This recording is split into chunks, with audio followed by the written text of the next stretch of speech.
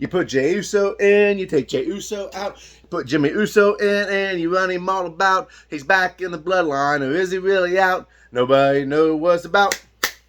The splitting of the Usos was a shocker for me. About as shocking as my heart is right now, just that little bit of exercise. I'm a big guy. I don't like to move around that much. I'm a little concerned. That's what this video is about. This video is about being concerned. And I'm concerned not about Jey Uso. Jey Uso is going to do just fine. We've already proven that he's a star. He can hang on his own. He's main event Jey Uso, y'all. But Jimmy Uso has never really had a singles push. Jimmy Uso has never, ever really been on his own. And any time that you break up a tag team, especially a tag team that's been together since day one-ish, that being the Usos, you're taking the chance that one's going to rise to the occasion and one's going to fall. To fault or no fault of their own. We've seen this happen, and the best comparison I have is the Dudley Boys. When back in the draft, when the draft all first started, well, actually I think it was the first ever draft, they split the Dudley Boys up.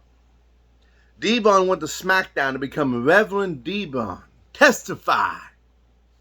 And they put Bubba Ray on Raw. Now, both floundered. They both didn't do great. Now, I do think that I actually enjoyed the Reverend D-Von era. I liked his music. He had fire music. He was really exploring his character more. But as time would progress, especially if you take it to the TNA times, Bubba Ray, which would then now become Bully Ray, would flourish being a single star, where D-Von never could get the push of being a single star. He would always find himself in all kinds of groups, hence why they got back together with the Aces of Eights. You take Jey Uso out, and I said this when they first split up. When Jey Uso quit, and I had a nice conversation. And I'm sorry I don't remember the guy I had a conversation with, but I know he watches the channel. But I felt like this was a chance to get Jey Uso out of the picture so Jimmy would have a chance to shine. Now, they're still doing that, but Jey Uso's now on Raw, and I think he's going to do just, like I said, he's going to be just fine. But what the concern is here with Jimmy Uso. He's not in as good a shape as what Jey Uso is. He's had a lot of legal issues with his drinking. And I think he's got over that now. I'm not going to hold that against him. I'm not that type of person because we all make mistakes in our daily lives. But with Jimmy Uso, I just don't know if he knows who he is. He's still floating around with the bloodline. And he wants to be, he's saying, until someone tells me I'm out the bloodline, which he told Paul Heyman last night, I'm still in the bloodline. And then Paul Heyman would go on to say that, well, yeah, you can be in the bloodline or you can be in the bloodline. And you're not in the bloodline until Roman Reigns says you are in the bloodline. The bloodline, this storyline, it's going to continue. They're going to continue to fall apart. But I am concerned about Jimmy because can Jimmy survive without having Jey? And can Jimmy survive without being in a group? Can he survive as a single star? And I just don't know because, like I said, anytime you break up a tag team, you take that chance. There was rumors for the longest time that they was going to break up the Street Profits and Montez Ford was going to go off and be the biggest star.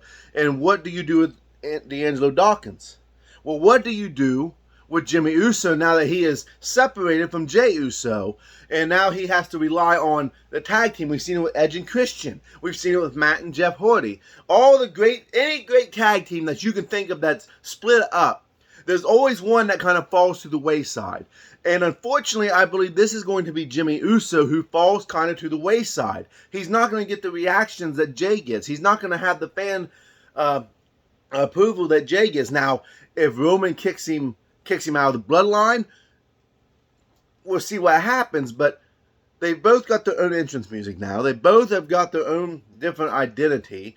And maybe it's because that Jey had a lot longer time when Jimmy was injured to really figure out who he was as a solo character, and he had Roman Reigns to guide him and Paul Heyman. So Paul Heyman's gonna guide Jimmy in the backstages and that, and how to be a prominent star. And based on what I seen last night as well, I believe sooner or later, LA Knight, is gonna find his way into this storyline, and Jimmy's gonna have to prove himself by going against LA Knight. Yeah. I just really like saying, yeah. Got it out of my system. But there is a reason of concern here. There's a reason of concern of whether or not Jimmy and Jay, if they're not together, what's going to happen to Jimmy? I am concerned about this. Eventually, I believe they'll be back together. Eventually, I believe that they'll be tagging with each other again, especially when the bloodline falls apart. And I can almost see that Solo will have enough of Roman and join with Jimmy. That is a very good possibility. So I am concerned about Jimmy Uso. Now, I don't know if you guys are, but I believe that on a scale of red flags, I'm at a 3.5. 5 being the most of my concern. I'm at 3.5 with Jimmy being on his own, because I'm just not sure. He's still repping the bloodline collars, the red, where Jay is repping the blue. He separated himself. He's no longer walking with the red. So Jimmy is still repping this bloodline collar, and I just don't know what you do when eventually he probably does get kicked out of the bloodline. I don't want to see him fail. But my gut is telling me that we are going to see Jimmy kind of fall to the wayside and not going to be able to be the star in which Jay has become.